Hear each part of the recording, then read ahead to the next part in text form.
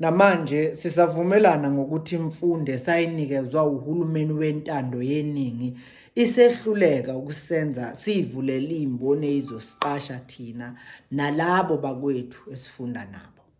Namanje imfundo sayivukela siyele ezikoleni eyokusilungiselela ukuyofukuzela imboni zabezizwe.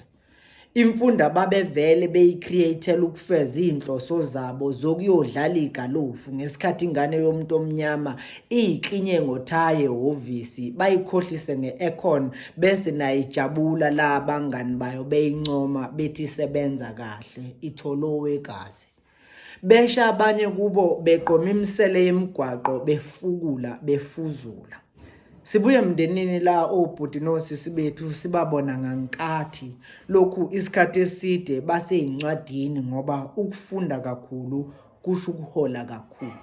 Siyokhuluma ke kodwa ngelinye ilanga ngeyigqila ezizebizwe ngama specialist nje abanjezelwe ngolwazi lwasentshonalanga lweagenda nenarrative ethile evuna inhloso zabathile abakhelwe umphakathi otshela okuthile ukuze ukholwe yilokho.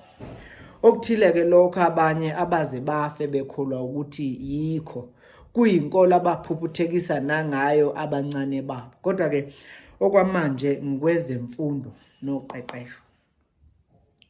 Cishe about 98% wama-systems nama-concepts asiqashile, including nama-systems kahulumeni lo esithi wabantu.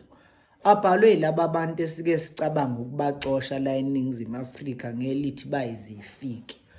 Umbuzo uthi yini eyethu esinayo nesayiqalela thina njengabahlali nemitsinsi yokuyimilela uma sisho.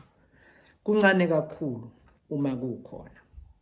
Namanje zisahluleka inhlaka zobuholi kusukela kuhulumeni, ubuholi bendabuko kanjalo nezinhlangano zemphakathi, the civil society organizations, ukuvela namaso kusicijela ukuyiqasha nokuqashana sodwa. INingizimu Afrika inothe kakhulu ngezeyimbiwa, mining, kanjalo nezolimo nokufuya, farming and agriculture.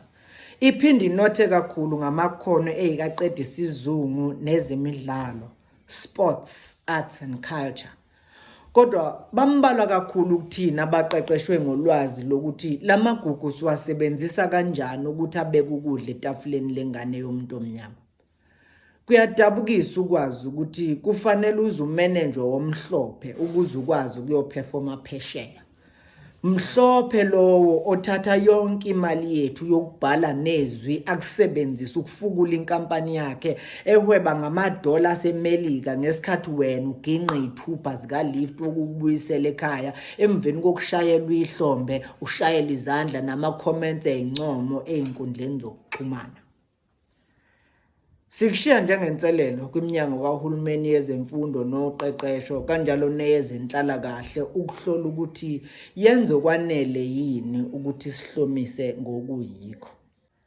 Lesi bekuyisikhathi lathina njengabantu abasha semukela khona ukuthi sisodwa, we are on our own.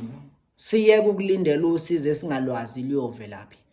Sibhukule siqoqele ndawonye sivumelane ngeinselelo zethu bese siyiklelisa ngokubaleka kokuphuthuma kwazo. Siphume nezisombululo kokuthi siyisebenzisa kanjani le mali encane esinikezwe umlungu ukuthi silethele iningi ezoqeda ukukhongozela lokho esisaziwa ngakho.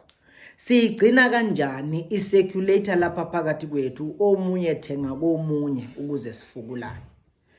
Ngifaka inselelo kubefundisi bamabandla amakhulu ukuba ke bebheka ukuthi ibandla linaluphi uhlelo ukuba imali yamalunga lo izungeze phakathi kwawo amalungu. Ningizwe kahle, angishongo ukuthi ingene ebandleni. Ngithi izungeze kumalungu ukuze ibandla liqhakaze lihlobe ngamalungu angeswele ngisho naseyindlini zawo. Amalungu avela kuveleke enkonzweni yokweshumi. Ngifaka inselelo efanayo kumaqembu ezepolitiki nezinhlangano zemphakathi, NGOs and cooperatives. Mayingaqalwa lezi inhlaka ukuhlomulisa abathile abasemagunyeni ngesikhathi iningi lethu libizwa ngeyishoshovu nezisebenzi zomphakathi kodwa esiswini sibe silambile.